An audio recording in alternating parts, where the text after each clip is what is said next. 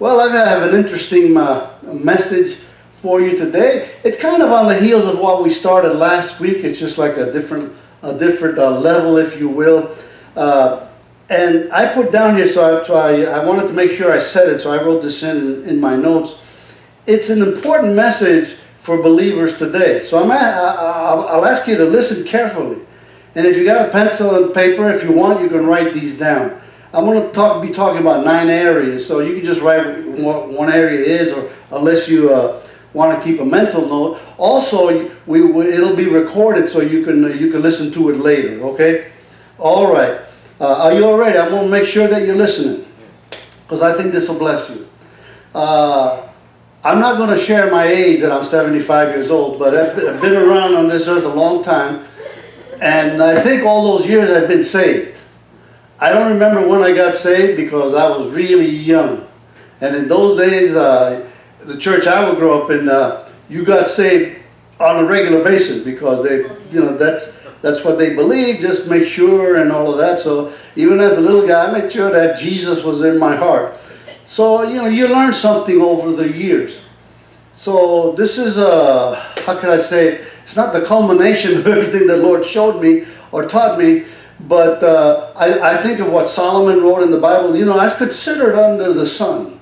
In other words, he's been around a while. God's given him wisdom to help the people, and he considered things, and then he would come out with not necessarily a solution, but an outline. Okay, and that's what I'm doing. I want to give you a little outline of some of the things I learned that I know will bless you. And I wish I could preach this to America today. And it's a nice message. I'm going to try to preach it with a happy face. Okay? With a happy face. And because I think it'll be encouraging to you, because truth will set you free. Right? So we always want to share the truth of God, and we always want to do it in love. Nobody wants to receive the truth harshly. Like when the doctor tells you about the truth, you need an operation for that elbow or for whatever. It's nice when the doctor will use some compassion and give it to you nicely. I've had people say that the way the doctor told me this, that hurt as much as this operation is going to hurt. So we always want to do things in love. But I want to start by saying that in today's world, that the world we live in, especially in the church world, many churchgoers desire and some require. Some desire and some even require that 1 or 2 areas of preaching and teaching be regularly emphasized by their pastors. That's just the truth. If you research and you study things of what's going on, you'll find that is the truth. Some people will even leave the church if these favorite subjects are not emphasized to their satisfaction. When I was going to church as a child, as a kid, as a young man, and for a long time, people went to the church where the Lord put in their heart to go. And they just came ready to listen to and to open their minds and hearts to whatever God would have for them that day through the preaching of that church. That's what pastors do. Pastors preach and teach. Okay? So it's like when you go to a restaurant, we can go and they give us, isn't it nice to give you a menu and you can order what you like? A lot of people go to restaurants and they always order the same thing. And Maggie's not going to say anything. Sometimes you like favorite dish, so when you go to a particular restaurant, you want that dish. And then when you go to the other kind of restaurant, because there are so many different kinds of foods, you don't have to go around the world. The world has come to here, to our restaurants.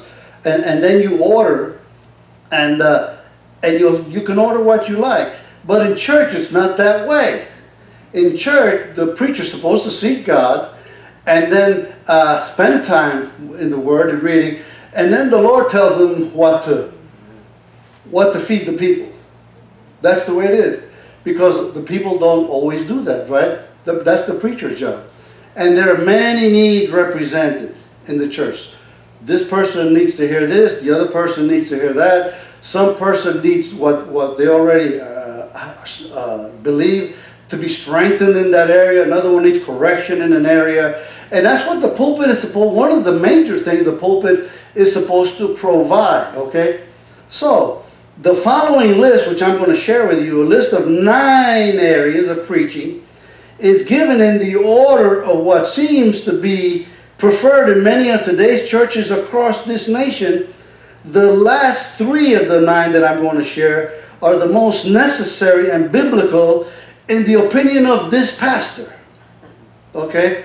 So I'm going to share 9 different kinds of messages. I'm going to give you the headings, and I'm going to give you a bird's eye view. I've broken them down so when you hear you'll know what kind of a message it is, because there are many different kinds of messages being preached, and the body of Christ in general doesn't understand that or even realize that's going on. So like I said, I'm going to share 9, and we could spend an hour on each one of the 9 if we wanted to, but that's not my purpose. My purpose, once again, is to give you a bird's eye view of what's going on, from somebody who pays attention, from somebody who prays about this, from somebody who prays a lot about this and studies this. Okay, this is what I do. So, the first message, and I'm calling them these messages, is I put it under the heading of the social advantage message. The social advantage message. Some people call it the social gospel. So, a lot of churches, and I put it number 1 because it seems to be a very popular message these days, the social gospel.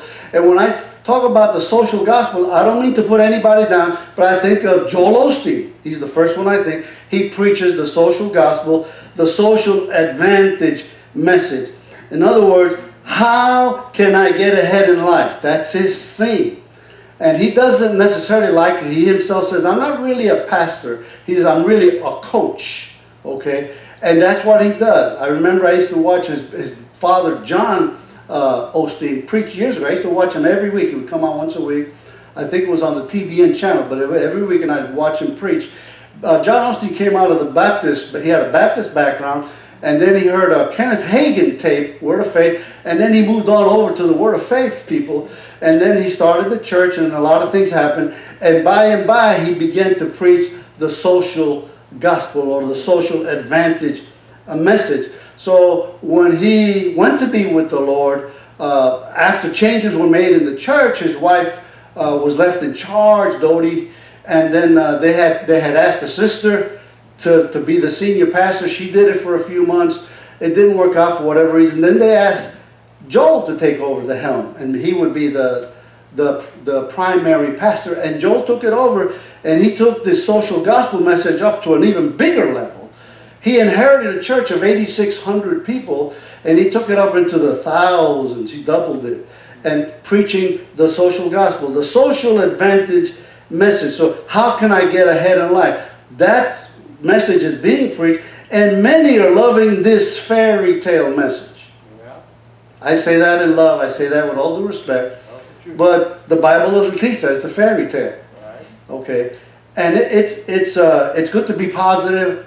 I think positive encouragement is important. You don't want to be like Eeyore. Remember what was the name of the Winnie the Pooh? Remember there was one, the donkey. Poor donkey.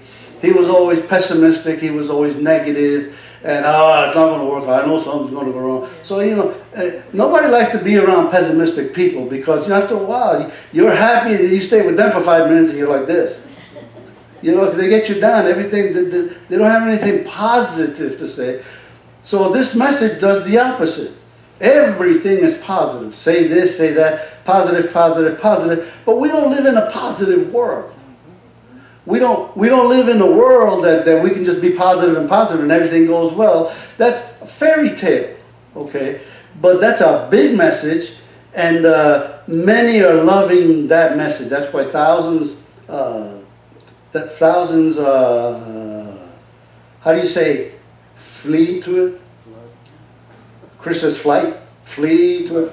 Thousands go for it, and it's gone around the nation, and Pastor Joel is called America's Pastor, and the message goes around the world. And I remember listening maybe 3 years ago, big bishop in an African nation, I think Nigeria, that has millions of Christians there, okay, say how many of the young preachers coming up are preaching that message. Okay? So many are loving it, but it's a fairy tale message. It doesn't work. Yeah. Say whatever you want. It doesn't work. Okay. Okay, number 2. That was number 1.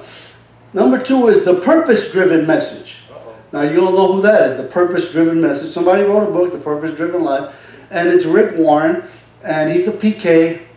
He went to, I forget it, I don't know if it was Biola, one of the big colleges here. He went to different schools. He's a very bright person, and he has a PhD, and he started under the, who was the man with the drive-in church, Robert Schuller. It's one of the mentors and different people like that. People that use the church model, not the church model, the business model, and they brought it into church. Okay, and because he himself said that the way of preaching, that the way the church is preaching this nation for so long doesn't work anymore with today's public. So we had to change it and use a different model. And basically, if you listen to it, it's a business model. Okay. Rick Warren, and like I say, he's very bright, and his message has gone around the world and affected many leaders. I want to emphasize he's probably the smartest of all the preachers that I can see out there. So what it boils down to is, if I find my purpose, I will succeed in the things of God. The Purpose-Driven Life, and he's written up all kinds of different books, and he speaks a lot to my denomination, and he's a keynote speaker at some of our conventions and a lot of people's different denominations. So if I find my purpose, I will succeed in the things of God. But whose purposes are they really seeking? Theirs or God's? And that's what it boils down to. Are they really teaching to seek God's purpose for you, or your purpose for you after you seek God? And I think that they've got those things twisted. The people end up, because they've gotten away from the tried and the true message, okay? They're preaching a new, I hate to say neo-gospel, but it is a new kind of a gospel with the emphasis is on you more than God. So after a while, what happens is you figure out what you want to do as a Christian, and there's a lot of, if you look into the nuts and bolts of that, the way they work it, it's incredible. And really what it boils down is you find what you really want to do, talk to God about it, and then pursue it. And then that'll get you closer to God. But that's not what the Bible teaches. The Bible tells us that we're to take our wills and desires and throw them away, give them to God, and let Him put His desire on us, whatever that is, and then we go wholeheartedly after that. Hallelujah. In other words, we're taught, the Bible teaches that it's not about us, it's about Him in us. So the first two groups stress a lot about us and what we want and how we can get it. And they have, these guys are good speakers. They're probably good men, but their doctrine is poor. And that's just the truth, okay? Preachers all across the land are speaking out, have been for some time, letting the people know, be careful, because that is not quality Bible teaching. It's not proper what they would call exegesis. It's not a proper interpretation of what the Word of God is telling us. So that's the purpose-driven message. And those first two, the social gospel and the purpose-driven message, very popular. Very popular. And that's why people that preach those, and I could give you other names that have done it, but those seem to be the two big names that are at the head of it. And many preachers have gone after that model because it brings people in. Okay, now the third one. I put those that are the most popular up front first. So this is in the order of how I see it's the order of importance that I see in our nation, in my opinion, and of course I could be wrong. Okay, but the third one is the psychological message. Okay, psychological message. And when I think of the psychological message, the first name I think of is Ed Young. Ed Young. He's, I think, he's from the Second Baptist. There's a lot of different kinds of Baptists. And he's a brilliant man, very bright man, very well spoken, tremendous speaker. Okay, with a church of thousands, and they do a lot of things. So listen, please. These messages address human hurt and pain. Okay, And that's why they are so popular. What I'm calling, and many are called, the psychological message. They're very popular because they address those things. And everyone has been hurt, and everyone has experienced pain. Is there anybody here that has never been hurt or experienced some kind of emotional pain of some kind? There is no such a person in the earth. If they think that they're without pain and they're above it all, don't believe them. Run away from people like that. They're just not telling you the truth. And some ministries kind of leading you to think like that, like the person's a super saint. But nobody is. So because everybody has experienced pain, that message really sounds important to them, and it rings true. Now this kind of preaching and teaching, listen, it leans heavily on man's solutions, all right, of addressing human pain and suffering. It leans heavily, it also gives you biblical solutions, but it leans heavily on what psychology has said. And if you read and study some of that, you can see how they pull things out, and they lean heavily on